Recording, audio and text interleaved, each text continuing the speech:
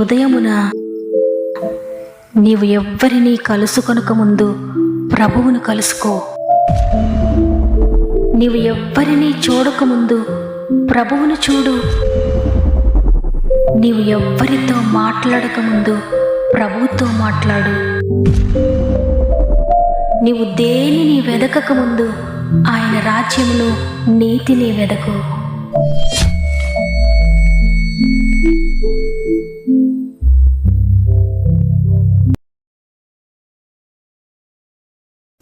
Praise the lord.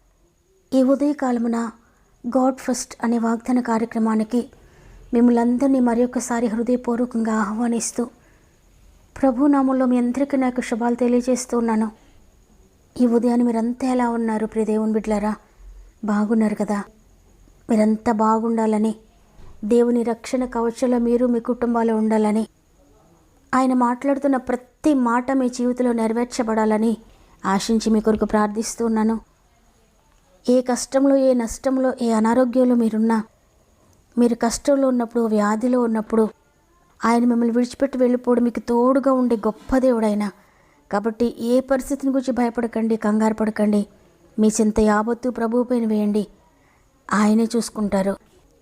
అదేవిధంగా ఈ మాటలు వింటున్న మీలో ఎవరికైనా ఏ సమస్య ఉన్నా తప్పకుండా కామెంట్ రూపంలో నాకు తెలియచేయండి. మీ అందరి కామెంట్స్ చదువుతున్నాను. ప్రతి ఒక్కరిని దేవుని చేతులకు అప్పగిస్తున్నాను. మీ కామెంట్స్ అన్నిటి మీద యేసు రక్తాన్ని ప్రోక్షిస్తున్నాను. తప్పకుండా దేవుడు జయమివ్వబోతున్నాడు. ధైర్యంగా ఉండండి, ప్రార్థించండి. ప్రార్థనే మన ఆయుధము, ప్రార్థనే మన విజయము. సమస్త మహిమ, ఘనత, ప్రభావములు దేవునికే చెల్లునుగాక. ఈరోజు మీతో దేవుని వాగ్దానం ద్వితీయోపదేశకాండము 7వ అధ్యాయము 6వ వచనము. నీవు నీ దేవుడైన యెహోవాకు ప్రతిష్ఠిత జనము. నీ దేవుడైన యెహోవా భూమి మీదనున్న సమస్త జన్ముల కంటే నిన్ను ఎక్కువగా ఎంచి నిన్ను తనకు స్వకీయ జన్మగా ఏర్పరచుకొనెను. ఆమెన్. ఈరోజు ఈ మాటలు వింటున్న ప్రియ చెల్లి, ప్రియ తమ్ముడు, దేవుడు తన చిత్తాన్ని ఈరోజు మీకు తెలియజేస్తున్నారు. ఆయన మిమ్మల్ని పుట్టించడానికి ఒక గొప్ప కారణం ఉంది.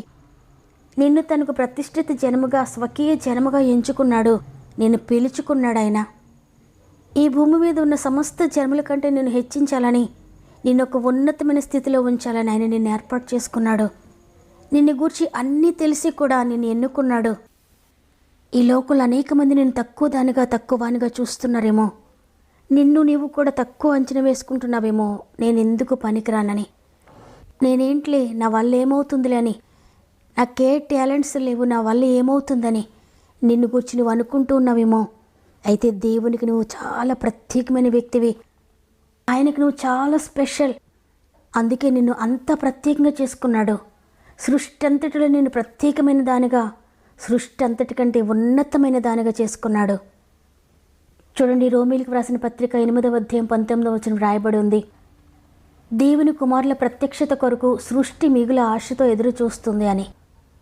ఈ సృష్టి అంతా కూడా దేవుని కొరకు ఎదురు చూడడం లేదు, కానీ ఆయన బిడ్డలుగా ఎవరు ఉండబోతున్నారు, ఆయన ఎవరిని ఏర్పాటు చేసుకున్నాడు, ఆయన ఎవరిని ప్రత్యేకపరుచుకున్నాడు, ఆయన ఎవరిని పిలుచుకున్నాడు అని దేవుడు ఏర్పాటు చేసుకున్న వారి కొరకు దేవుని సృష్టి అంతా కనిపెడుతుందంట ఆశతో.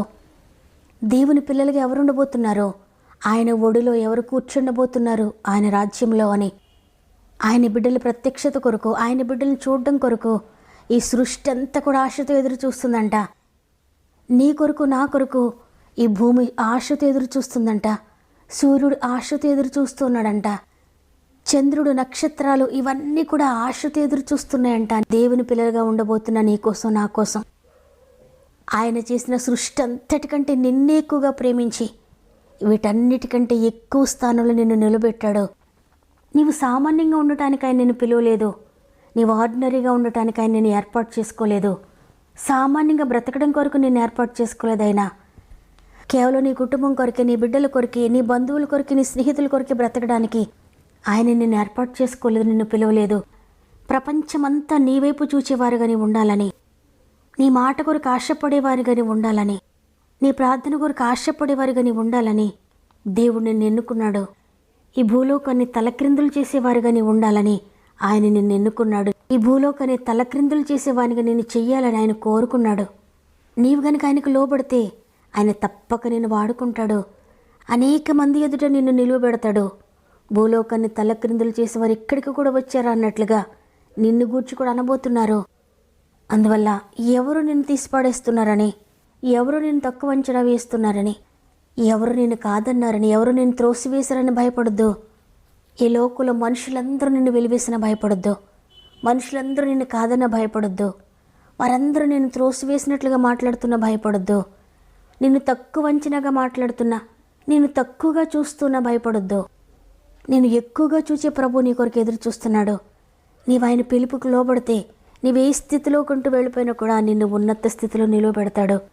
అందుకే అని చెప్తున్నారు ఈరోజు, ఈ భూమి మీద ఉన్న సమస్త జన్మల కంటే నేను ఎక్కువగా ఎంచి నిన్ను తనకు స్వకీయ జన్మగా ఏర్పరచుకున్నాడంట. నీవు ఆయనకు ప్రతిష్ఠిత జన్మగా ఉండబోతున్నావు. ఈ దేవునికి నీవు స్వకీయ జన్మగా ఉండబోతున్నావు. అంటే ఆయన స్వంత కుటుంబంలోనికి నేను చేర్చుకుంటాడు. ఆయన కుమారుడిగా కుమార్తెగా నిన్ను చేర్చుకుంటాడంట.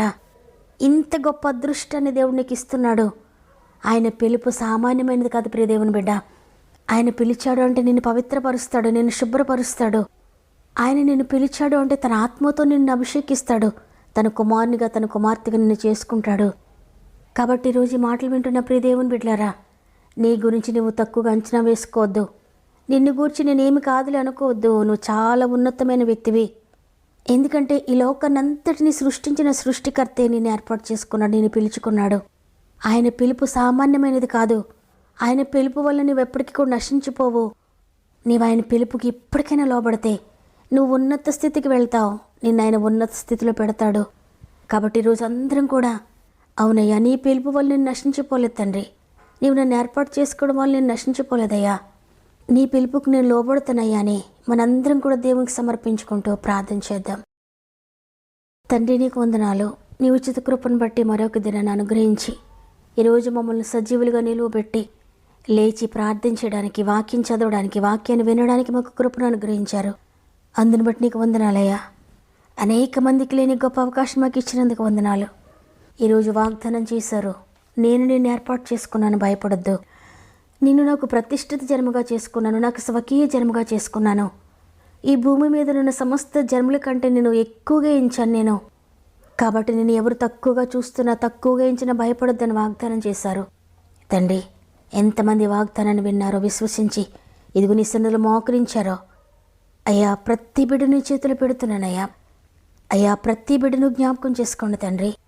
అనేక సంవత్సరాలుగా వారు ఏ విషయంలో కృంగిపోతున్నారో, దేనిని గురించి కలవరపడుతూ ఉన్నారో, దేనిని గురించి ఏడుస్తూ ఉన్నారో అయ్యా, ప్రతి బిడ్డను కూడా మీరు లేవనెత్తండి. వారు పడిపోయిన స్థలములో నుండి వారిని లేవనెత్తు. వారు ఎక్కడైతే రోధిస్తూ ఉన్నారో, ఎక్కడైతే ఏడుస్తూ ఉన్నారో, ఎవ్వరు వాదర్చేవారు లేక కన్నీటితో మొరపెట్టుకుంటున్నారో, పరిశుద్ధాత్ముడ వారి మొరను ఆలకిస్తున్నందుకు వందనాలు. వారి మొరకు చెవి ఎగ్గుతున్నందుకు వందనాలు. వారి ప్రార్థనను ఆలకించి అద్భుతం చేస్తున్నందుకు వందనాలు. మరి ముఖ్యంగా తండ్రి, ఎంతమంది బిడ్డలైతే సమస్యలో, శోధనలో ఉండి ఈరోజు నీ సన్నిధిలోకి వచ్చి మోకరించారో, కామెంట్ రూపంలో తెలియజేస్తున్నారో, అందరినీ కూడా నీ గాయపడిన చేతులకు అప్పగిస్తున్నాను. నేను ప్రతి ఒక్కొక్క కామెంట్ మీద యేసుని రక్తాన్ని ప్రోక్షిస్తున్నాను. ఆత్మీయంగా లేవనెత్తండి, శారీరకంగా లేవనెత్తండి, మానసికంగా లేవనెత్తండి, ఆర్థికంగా లేవనెత్తండి, అప్పుల్లో ఉండి లేవనెత్తండి, కోర్టు కేసెస్ నుండి లేవనెత్తండి. సమాజం ద్వారా ఎవరైతే నలిగిపోతున్నారో లేవనెత్తండి. నేను మానసికంగా నలిగిపోతున్నారో లేవనెత్తండి. వ్యాపారాలు తోడుగా ఉండి, ఉద్యోగాలు తోడుగా ఉండండి, వ్యవసాయంలో తోడుగా ఉండండి, పాడి పంటలను దీవించండి, చేతి పనులను దీవించండి. డ్రైవింగ్ చేసిన బిడ్డలందరికీ తోడే ఉండండి. ఎగ్జామ్స్ రాస్తున్న బిడ్డలందరికీ తోడే ఉండండి. ఎగ్జామ్స్ రాసిన బిడ్డలకు చక్కటి రిజల్ట్స్ స్థాయి చేయండి. ఎగ్జామ్స్ కొరకు ప్రిపేర్ అవుతున్న బిడ్డలందరికీ కూడా తోడేయండి. నీ జ్ఞానాత్మతో, జ్ఞాపశక్తితో నింపండి. ఎంతమంది గర్భాలైతే మూయబడి ఉన్నాయో పరిశుద్ధాత్ముడ, ప్రతి గర్భము తెరవబడుగా కేస్తున్నామంలో. ఎంతమంది అయితే వివాహం కాక నలిగిపోతున్నారో, అద్భుతకరుడా, ఆశ్చర్యకరమైన వివాహాలు జరిగిస్తున్నందుకు వందనాలు. స్వంత గృహాలు లేని బిడ్డల జీవితాలు అద్భుతకరంగా స్వంత గృహాలు దయచేస్తున్నందుకు వందనాలు. ప్రత్యేకంగా గర్భంతో వారందరినీ చేతులు పెడుతున్నానయ్యా. 9 నెలలు మీరు తోడుగా ఉండి సేఫ్ డెలివరీస్ దయచేస్తున్నందుకు వందనాలు. ఈరోజు ప్రత్యేకంగా పుట్టినరోజులు, పెండ్లి రోజులు జరుపుకున్న వారిని కూడా జ్ఞాపకం చేసుకోండి. సంవత్సరం అంతా తోడుగా ఉండి నడిపించండి. ఈ దినం ప్రారంభిస్తూ ఉండగా ఈరోజంతా మా ఆత్మీయ కుటుంబంలో ప్రతి ఒక్కొక్కరికి తోడేయండి. వారి వెళ్ళే ప్రతి స్థలంలో మీరు తోడుగా ఉండి నడిపిస్తారని యేసయ్య పరిశుద్ధమైన నామములో అడిగి వేడుకుంటున్నాను తండ్రి, ఆమెన్. ఈరోజు ఈ వాగ్దానాన్ని విన్న ప్రియ చెల్లి, ప్రియ తమ్ముడు, నేనెందుకు పనికిరానని నలిగిపోతున్నావా? దేవుడు నన్ను ఏర్పాటు చేసుకోలేదేమో అని డౌట్ పడుతున్నావా? ఈరోజు ఈ వాగ్దానం నీ కొరకే. దేవుడు నిన్ను ఏర్పాటు చేసుకున్నాడు, దేవుడు నిన్ను ఎన్నుకున్నాడు, దేవుడు నిన్ను పిలుచుకున్నాడు. ఆయన ఉన్నతమైన పిలుపుకు లోబడు. నీవు కూడా ఉన్నతమైన స్థితిలో నిలబడబోతున్నావు. నా కొరకు ఈ వాగ్దానం అని వారందరూ కూడా ఆమేన్ చెప్పండి. లైక్ చేయడం, షేర్ చేయడం మర్చిపోకండి. మీకు అనుకూలమైతే మీకు తెలిసిన వారందరికీ షేర్ చేయండి. మీ బంధువులకు, స్నేహితులకు, ఆత్మీయులందరికీ షేర్ చేయండి. ఎవరైనా బలహీనంగా ఉంటే వారికి తప్పకే వాగ్దానాన్ని వినిపించండి. ఎందుకంటే వినుట వల్ల విశ్వాసం కలుగుతుంది. వారి విశ్వాసమే వారిని స్వస్థపరుస్తుంది, వారిని లేవనెత్తుతుంది. కాబట్టి ఎవ్వరు బలహీనంగా ఉన్నా తప్పకుండా వాక్యాన్ని వినిపించండి. వారి ఆశీర్వాదంలో మీరు కూడా పాలుపంపులు పొందుతారో దేవుడు మిమ్మల్ని ఆశీర్వదిస్తాడు. ప్రతిరోజు వాగ్దానాన్ని వింటూ, వాగ్దానం లైక్ చేస్తూ, అనేక మందికి షేర్ చేస్తూ వాక్య పరిచర్యలో పాలు పొందుతున్న మిమ్మల్ని, మీ కుటుంబాలను దేవుడు అత్యధికంగా దీవించి ఆశీర్వదించునుగాక. దేవుని చిత్తమైతే తిరిగి రేపు అందరం కలిసి ఆయనను స్తుతిందాం. అంతవరకు ప్రభు మీకు, మీ కుటుంబాలకు తోడేండి నడిపించునుగాక. God bless you.